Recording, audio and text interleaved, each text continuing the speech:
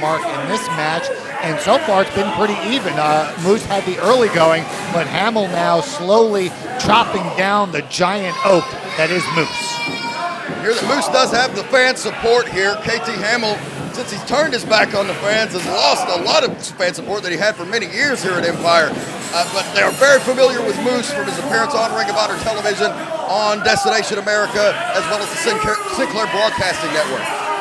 Right, and Moose does hold victories over many big Ring of Honor stars, Mark Briscoe, ACH, Tommaso Ciampa, so slowly building his resume and becoming a force to be reckoned with in Ring of Honor and in professional wrestling as a whole. He does have a unique presence and energy about him. It's quite electric, it's quite infectious, and crowds often get behind him. Beautiful dragon screw leg whip there by KT Hamill, right back to the half crab. Focusing his attack on that leg of Moose. Smart wrestling by KT Hamill because, I guess he feels when he saw the first round matchups, he probably felt like, well, what did I do to have to face someone like that much bigger than me? So really wanting to prove that he belongs in this tournament, and the best way to do that is to beat Moose, but Moose smartly grabs onto the ropes, forcing Graham Long to make it count. Hamill's got to break that hold. And that's one of an undocumented facts about the size advantage that Moose has. Normally, you get a guy in the middle of the ring like that and apply the crab, he's not going to be able to reach the ropes. But Moose so big and so massive, those tree trunk-like arms, was able to reach out and grab the ropes with ease, even though he was fairly well in the center of the ring. And now Hamill just got that knee to the throat of Moose. Referee Graham Long calling for the break, but Hamill slowly trying to wear down the big man. Oh, comes down hard. Now goes for the cover. Deep leg grapevine, but Moose kicked out of that like he just had his finger on it. Now Moose back up to his feet, but Hamill right to him in the corner with those shoulder blocks into the midsection of Moose. Now just a big right. And we're going for the Irish whip again. Moose reverses, the power takes over once more. Hamill dazed in the corner. Moose tries to charge, but you can see the attack of KT Hamill on that knee has worked to perfection as Moose collapses in the center of the ring. This could be it right here. That leg gives out and Hamill comes in with a knee. Moose now in a world of trouble. Focus on that knee, and Hamill with a big kick to the back. But he needs to take advantage of this. Don't quit worrying about the crowd. Quit mocking Moose and just get down and get him. Take him out. Hamill with those martial arts kicks that I mentioned before. And now hooking Moose. He's got something in mind here. Looks like he's going for a standard vertical suplex. Moose just too much humanity to do that to KT Hamill being a guy that size. And Moose with a reversal. Hamill developed a little bit of a Napoleon complex in this match. He's been trying to out-Moose this whole time, and that hasn't worked. Yet anytime he goes for the attacks to the leg, it's worked fine, but anytime he's tried to max power with Moose, it's failed miserably. Not a good strategy at this juncture of the match for Hamill, and now allowing Moose to get back up to his feet. Headbutt. Brutal headbutt. You could hear the skulls clacking, and again, KT Hamill might have lost some teeth on that exchange. Now the crowd cheering for Moose. Moose getting back and charges into the corner. Oh! Full head of steam into the turnbuckle, and again. And now off the ropes he goes for the clothesline. Hamill ducks off the ropes. Moose catches him and clotheslines him inside out. 360-degree rotation. Just a vicious maneuver by Moose after tossing Hamill up in the air, and then when Hamill landed on his feet, he timed it perfectly and darn near took his head off. Moose still feeling the effects of KT Hamill's assault on that knee, but it's not deterring him at the moment. Now the fans again getting behind Moose, chanting for him. Moose now feeling it. He's getting ready, waiting for Hamill, and in he comes. Oh, Hamill rolls out of the way. Moose hits hard on his shoulder. Hamill comes across with an elbow. Charges back in. High knee to the face. As we reach the 10-minute mark in this matchup, KT Hamill is taking control back over. Hamill comes in from the side. Oh, drop kick to the arm and shoulder of Moose. Now going for the cover. Moose Moose kicked out, but he had a little bit of trouble there, and I think that was the first time we've seen him really in danger in this matchup. Yeah, but now look at this smart move on the part of Moose to roll out of the ring, realizing that how much trouble he was in and how close he just came to losing the first round matchup. I think a lot of fans have picked Moose to not only advance, but perhaps to win this thing, and all of a sudden they might have trouble just advancing out of the first round. KT Hamill going for a Hurricane Rana from inside the ring to the outside. Bad move! Moose powerbombs him on the hardest part of the ring apron. Wow, incredible strength shown by the former football player Moose as he was able to catch Hamill when Hamill went for that Rana and held on, lifted him up, and slammed him onto the apron. Hamill still out on the floor. Moose could take a count-out victory here. We saw Hamill with a smart move when Moose telegraphed the spear. Of course, his football background, how else is he going to put people away? He mows them right over. Hamill knew it was coming and got out of the way. He turned the tide momentarily, but he made the crucial mistake going for that Rana on the outside, and he could not overpower Moose. Yeah, Moose not the only football player in this tournament. We will see Gunnar Miller in action later. And what would happen if the two of them had to face one another in the second round? You'd have football player versus football player, perhaps a battle of the spears. We'll see what happens, but first, Moose has to finish off KT Hamill. Looks like he's going for it here, but no, Hamill kicks out and down, shoves Moose in. Oh, drop kick right to that leg. Amazing effort by KT Hamill. You can say a lot about his attitude, his demeanor, but he has really come to fight in this tournament. He's going to the top with a dragon drop, an elbow drop, but no, out of the way. And there's the spear.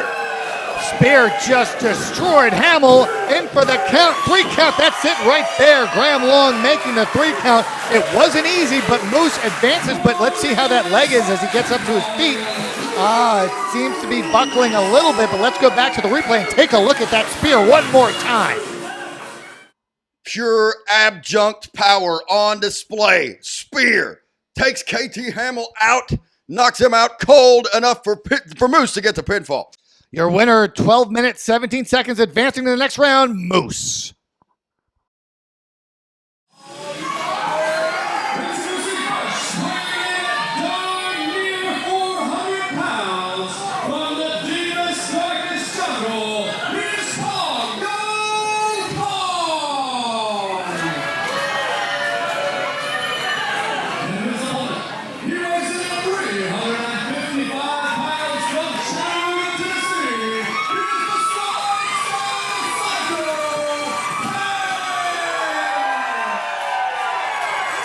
Old-fashioned horse battle right here in the first round of the Scenic City Invatational. Personally, the matchup that I am looking the most forward to, Al.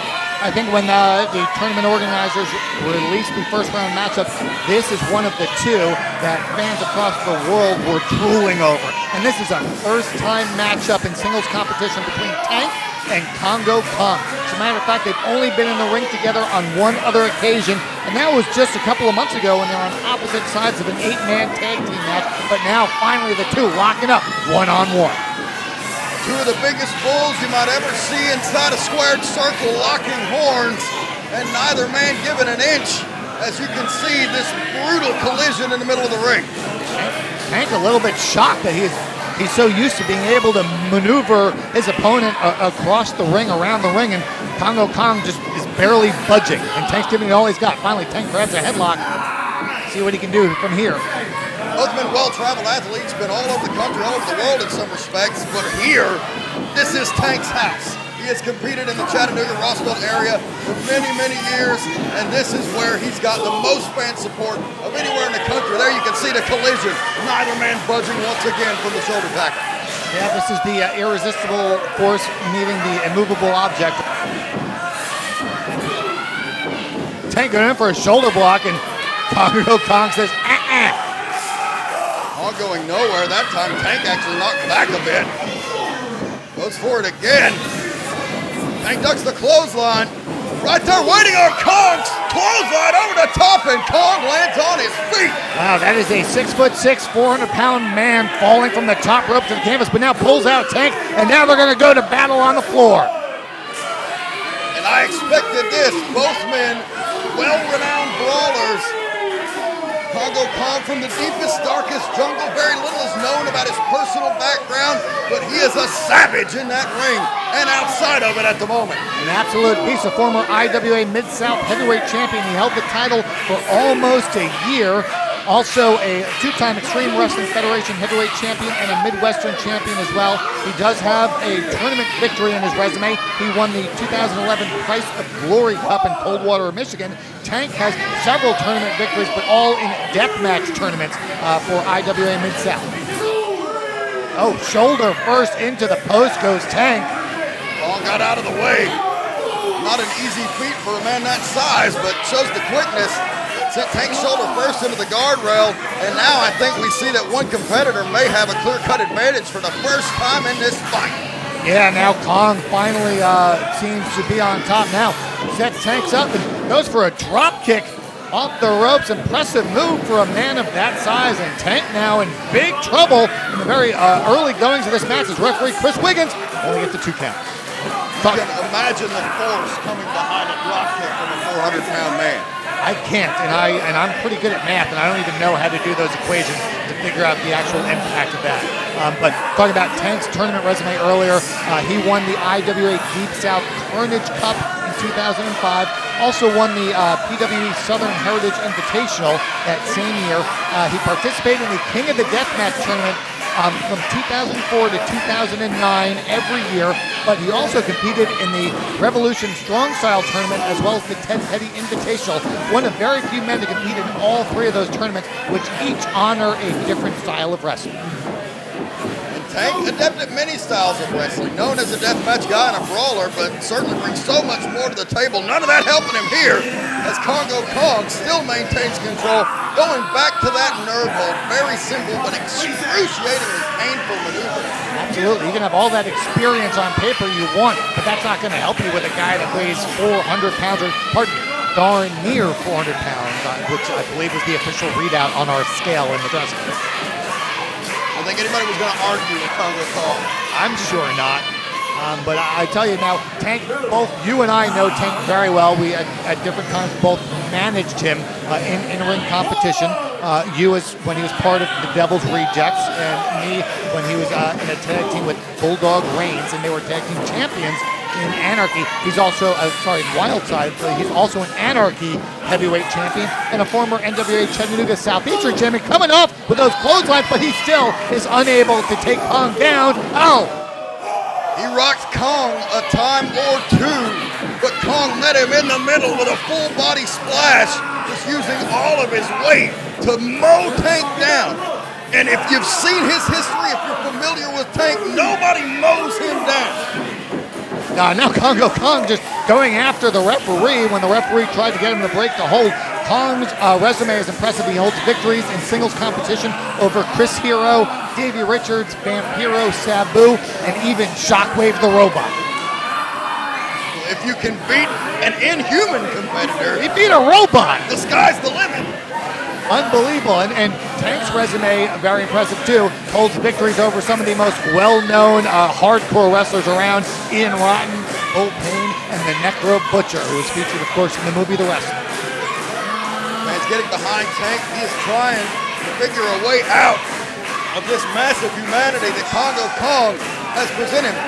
Almost a half a ton in the ring here in this contest. These are the 2 heaviest men in the tournament. Kong is the tallest man in the tournament, and they are both 2 of the most experienced wrestlers in the tournament.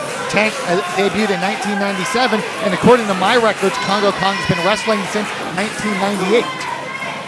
Tank showing that experience at work there. The arm would have gone down the 3rd time. However, Tank used his free hand to support the falling arm in that submission and saved himself. And now Tank with a clothesline, taking Congo Kong off his feet for the first time in this match. Finally took him down, now unrolling the tape around his wrist and just choking the big man with it. Referee Chris Wiggins with a little bit of leeway, but counting to 5 to break up that illegal move, and Kong still, though, able to fight it off. Not only Tank, a former client, but one of my best friends for over 20 years, so it's very hard to be unbiased in that matchup. That's what we're here to do, and Congo Kong is one impressive specimen. Going for the slam here. Kong has been around for a while, but really hadn't made a name for himself till recently with his heavyweight run in the IWA Mid-South. Also wrestles frequently for Juggalo Championship Wrestling, and recently had some opportunities with Global Force Wrestling. So finally, I guess you can call him a late bloomer, but finally making a name for himself, and certainly winning a tournament like this would be a feather in the cap of Congo Kong and of Tank. The forearm shot, chop combination in the corner, but Kong meets him as he charges with a huge boot to the face. Now Congo Kong going up to the top here. Scarily enough, this is not unfamiliar territory for him. He can do some amazing things for a man of his size. I don't know what he's going for here. It looks like he's trying to find his balance, though, and this is allowing Tank the time to get back, to get his bearings back. Finally, Kong going back in, and Tank able to run to him and give him a couple of blows, knocking Kong unsteady a little bit on that second rope. Oh no, is Tank going up there too? That's a lot of weight in the high rent district. I hope the ring supports it. Headbutt to the face, make it 2. Tank now. Oh my God, he's going for a suplex off the second rope. Takes the big man down. Unbelievable, fans clapping as their hero, their favorite, the local boy Tank, just suplexed a 400-pound man off the second rope. Thankfully, the Empire Ring crew prepared for this type of impact and action. They reinforced the ring ahead of time so it didn't collapse in matches like this. I'm just stunned at the things these two men can do. Now both men back up to their feet, trading some forearm blows back and forth. Now it's just become a battle of attrition as both these men have really taken a lot of punishment from the other. Now whipping Kong across, Tank coming charging in, nobody home. Out of the way, Kong comes back. I have never seen Tank knocked down like that.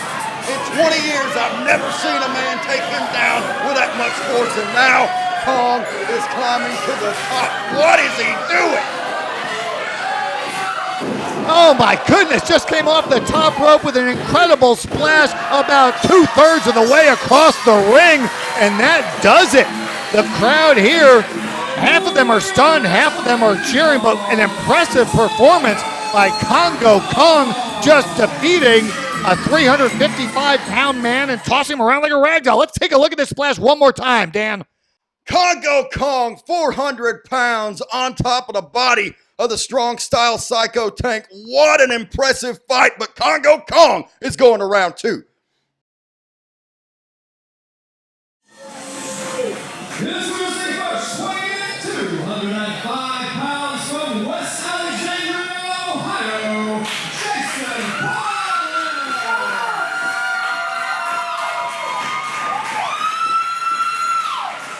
And his opponent, weighing in at 213 pounds from Charlotte, North Carolina, Caprice Coleman.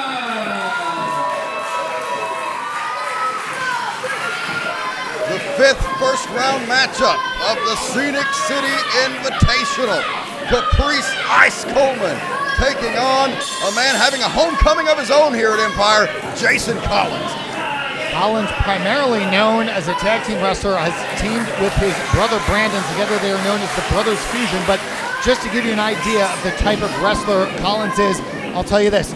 In 2014, he won a one-night 8-man tournament called the Pure Wrestling Classic. And in one night, he defeated Corey Hollis, Sean Tempers, and Kyle Matthews. And this is a tournament where all of the ropes were removed except for the bottom rope, so it was all about catch-as-catch-can scientific wrestling. Jason Collins is a guy who has had a tremendous transformation over the last few years. He went from a guy, very cocky, arrogant young kid, and he's still certainly got an attitude about him, but he's been under the mentorship and the wing of David Young over the last few years, and you can really see this man has started taking his craft seriously, and he's going to have to in the ring with an opponent the caliber of Caprice Coleman. Caprice Coleman, the longest tenured pro in this tournament, having debuted in 1996 and was trained by Matt and Jeff Hardy. Caprice Coleman, known throughout the country in his recent stint with Ring of Honor. He's looked very impressive and definitely looking to win this tournament and continue to extend a very impressive career.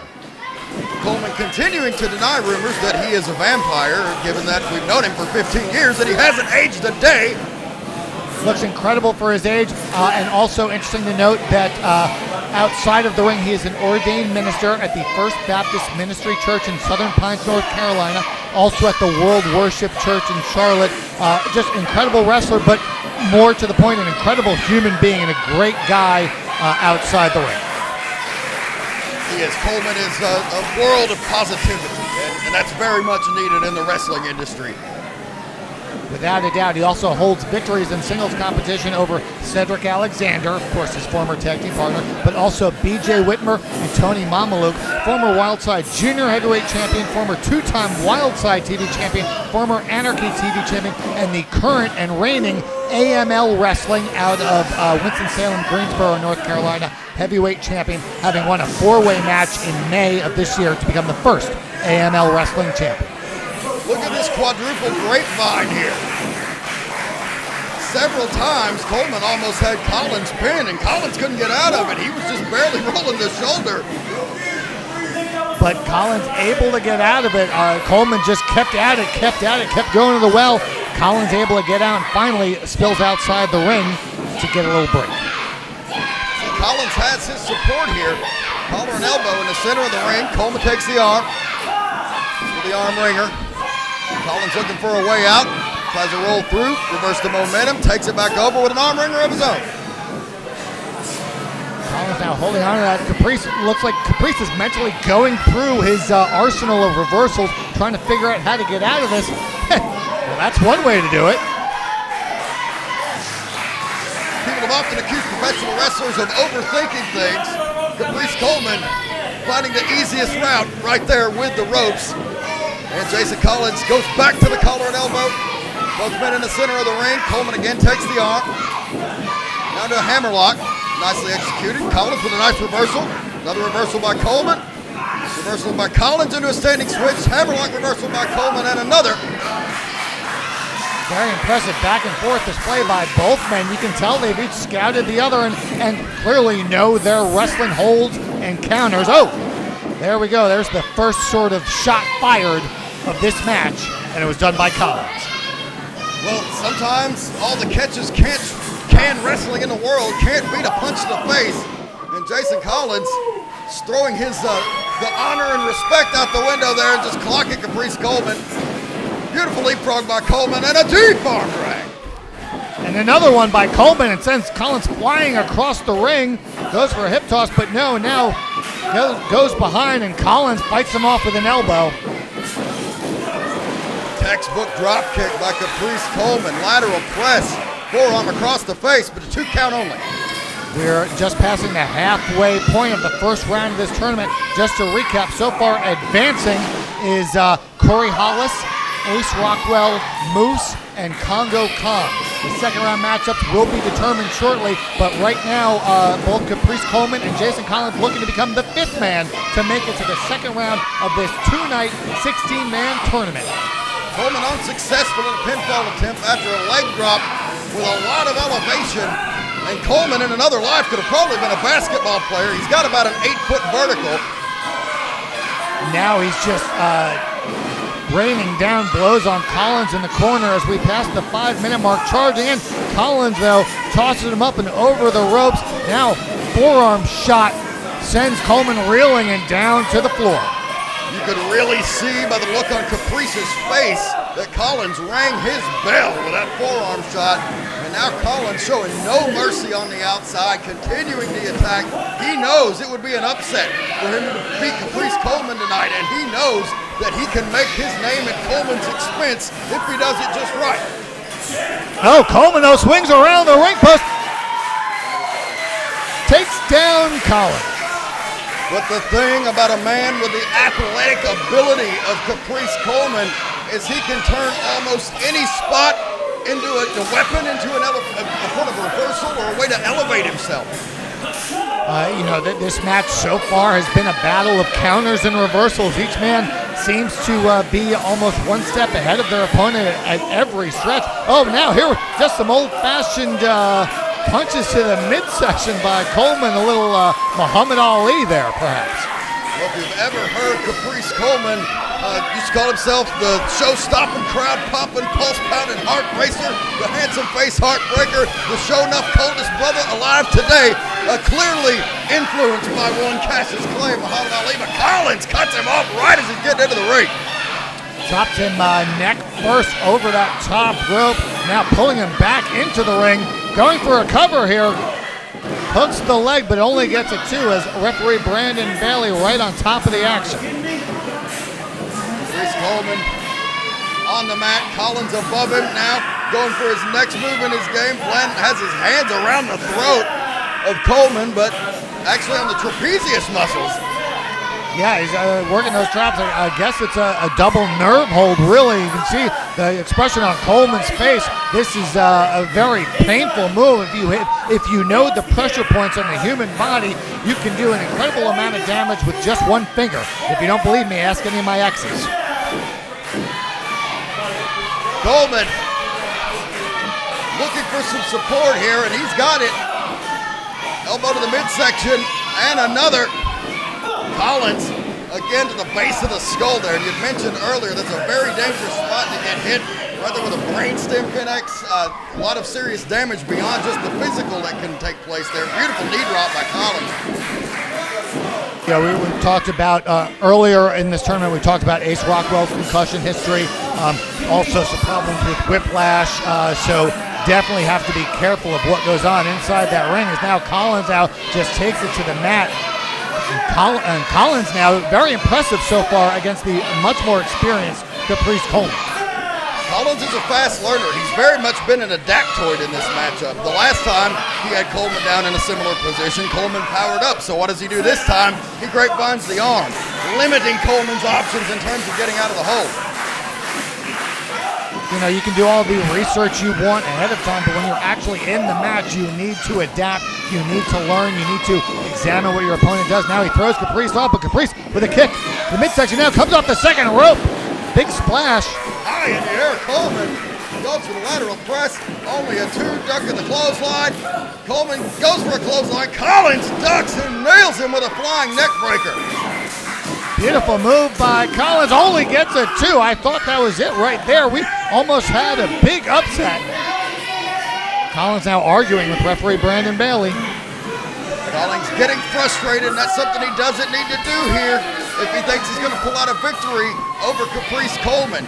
With Coleman seasoning, he knows to bide his time. He knows when to strike, when the moment is opportune. Collins cannot get overzealous here, or he is going to be looking at the lights. Now it looks like he's getting awfully cocky now all of a sudden. Feeling good about himself. Now a big forearm blow to Caprice. Gonna whip him across into the corner. Gave it everything he had. The force of that actually took Collins down, but also did quite a number on Coleman now. Double underhook. And a bridge, but Coleman still kicks out. I believe Collins told me he knew 73 different variations of the suplex. When I talked to him earlier today, we've already seen a couple. I don't think we're going to see all 73, but let's see how many we get. Uh-oh, big chop by Coleman. 10 minutes gone by in this match. Both men now struggling to stay up on their feet. Another chop by Caprice. This has been a great back and forth contest. It's really hard to pick someone who's had the advantage. I'd give it maybe a slight edge to Collins at this point in the matchup as far as total time and control, but it's been very, very close. A neck-and-neck battle here, and it's anybody's fight still. Yeah, and I don't think anyone expected it to be this close. Oh, beautiful move by Collins. He just had Coleman draped over that second rope and just came in, and the full weight of his body came crashing down on the back of Coleman and also forcing that neck. Oh, but Coleman, look at that! The arrogance of Collins on display. Too busy prancing around the outside and showboating against an opponent like Coleman. You're always going to pay the price. Coleman, beautiful head scissors from in the ring to the outside in one fluid maneuver. Incredible, and again, talk about adapting and being aware of where your opponent is and what you can do to get out of it. That's a prime example of it right there. But now just exchanging blows on the floor as the referee counting inside the ring. Finally, Coleman tosses Collins back into the ring, and now looks like he's going to go uptown. Caprice Coleman on the top rope. Collins meets him and brings him right down into a waiting knee to the face. There you see another one of those suplexes, big belly to belly. Coleman's foot may be under the bottom rope, but he manages to kick out regardless. The belly to belly, the calling card of such wrestling notables as Magnum TA and Shane Douglas, and Collins almost used it to steal a win here as well. Another one of those moves you might call a simple maneuver, but it's so effective in that the whip of the move, just the way you slam them down, knocks the air completely out of the opponent just for a brief period of time, oftentimes 3 seconds or more. Yeah, all you need is that 3-second window to have your opponent disoriented, and now Coleman slowly getting back up to his feet, and here's Collins, greets him with a punch. Oh, but Coleman fights back. Both men showing the effects of this contest, but they're still bringing the fight back and forth in the center of the ring. Collins with a knee, Coleman with a beautiful roundhouse spinning kick to the face, and both men down in the middle of the ring. Incredible timing there by Coleman to land that kick, but the damage has been done on both men as both men slow to get back up. Referee counting both men down. They've got a 10 count to get up. Coleman, you can see in his face, Coleman very disoriented, doesn't know where he is. Collins needs to take advantage of that. I don't know if he's physically capable. Big clothesline by Caprice Coleman. Jason Collins getting rocked and bounced around like a pinball to boot. Coleman with those jabs goes for the big one, but Collins ducked it. And a thrust to the chest, almost Kung Fu Theater style. A little Bruce Lee there from Caprice. Oh, but runs into a kick from Collins. Now Collins up to the second rope. Oh, Caprice with a running rana off the second rope. Takes Collins down, goes for the cover. 1, 2. Oh, Collins kicks out. Those superhuman athleticism on display by Caprice Coleman. Still not enough to put down Jason Collins. He has come to fight. Now, will this youngster be able to create another opportunity for himself, or is this match Coleman's to win? Well, it looks like Collins going to be the first one up to his... No, I'm sorry, Coleman up to his feet first. Heads into the corner now. Going to whip Collins across. Collins with the reversal. Caprice, though, up and over, and from behind, rolls him up. Only a 2. Coleman with a reverse cradle there. Nope, only a 2 again. Collins now breaks that up with a punch to the face. Gonna send Coleman across into the ropes. Coleman holds on. Nasty elbow to the face by Coleman. Goes for the springboard. Hurricane Rana yet again. Beautiful move by Coleman, but again, he cannot put Jason Collins away. Had a lot of personal issues with Collins over the years. Back to my managing days, he was quite a thorn in the side of the Devil's Rejects here at Empire. He went away for a long